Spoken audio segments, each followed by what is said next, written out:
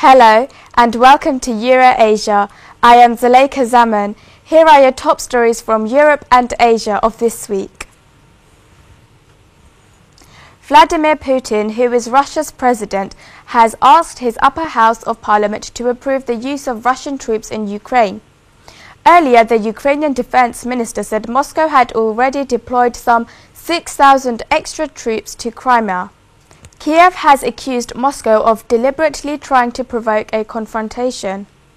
Unidentified gunmen have taken over the parliament and the region's main airports in the space of 24 hours. The acting interior minister called the action an innovation and an occupation. Moscow denies that it has violated Ukrainian sovereignty. Officially, at least, it says it respects its neighbours' borders. But the pro-European government setting itself up in Kiev is seen as threat by Moscow. Ukraine has always been viewed by the Russian ruling elite as part of its sphere of influence. Although for now Moscow might have lost the western part of Ukraine, but it will not allow the same thing to happen in the south and the eastern parts of the country.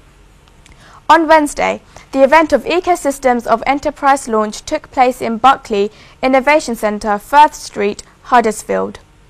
This event was chaired by David Parkin. CEO of NTV Europe, Sabrina Hussain, attended this event.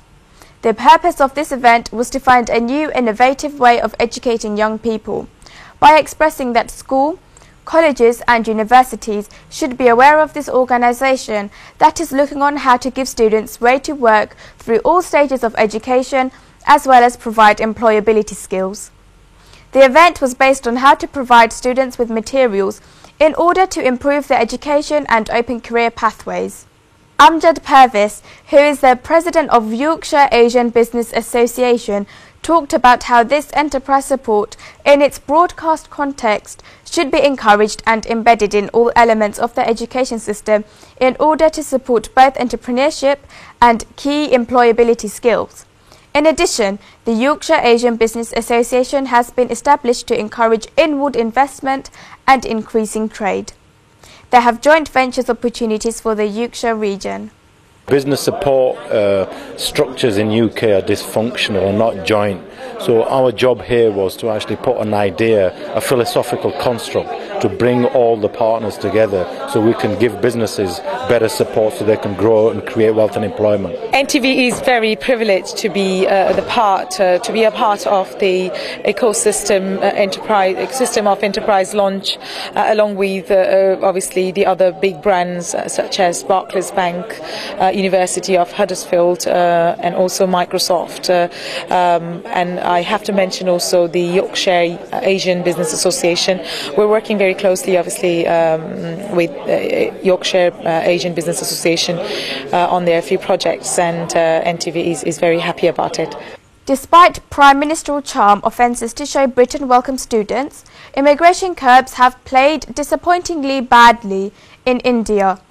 The Conservative appeared to suggest that while numbers from India were falling, at 38% between 2011 and 2012, there continued to be a surge in applicants from China because of the way the immigration crackdown was covered by its more tightly controlled media. David Cameron has insisted there are no limits on the number of legitimate international students that can be admitted to the UK and called for calm language on immigration during a visit to India in November. The Prime Minister acknowledged during the tour that a now abandoned proposal to impose a £3,000 visa bond to encourage people not to overstay had caused lots of concern. Suggestions made by Mr Willetts was that Chancellor George Osborne should visit India to explain the government's position. A British soldier who was attacked by two men on the streets of Woolwich last year has been sentenced to life in prison and a minimum of 45 years in jail. Michael Adebolaju, 29, was handed a whole life term, while Michael Adebawale, 22, is to be jailed for at least 45 years for killing Lee Rigby, a 25-year-old British soldier. Lee Rigby was attacked by Adebolaju and Adebawale with a butcher's knife and cleaver near the Royal Artillery Barracks in Woolwich in southeast London last May.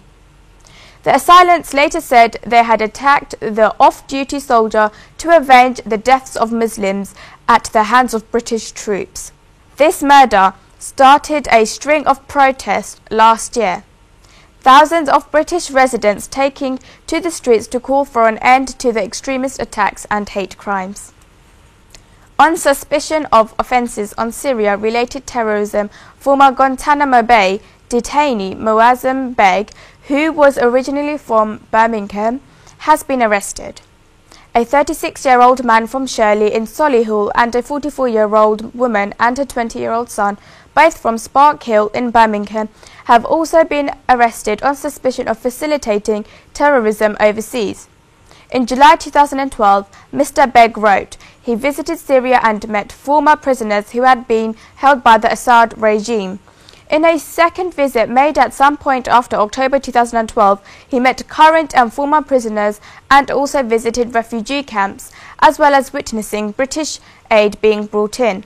He claimed he also met British fighters. It has been found that around 250 British-based extremists who went to train and fight in Syria have returned to the UK. Ministers have been told that over the past 2 years, more than 400 Britons have gone to Syria, and it is now thought just over half have returned.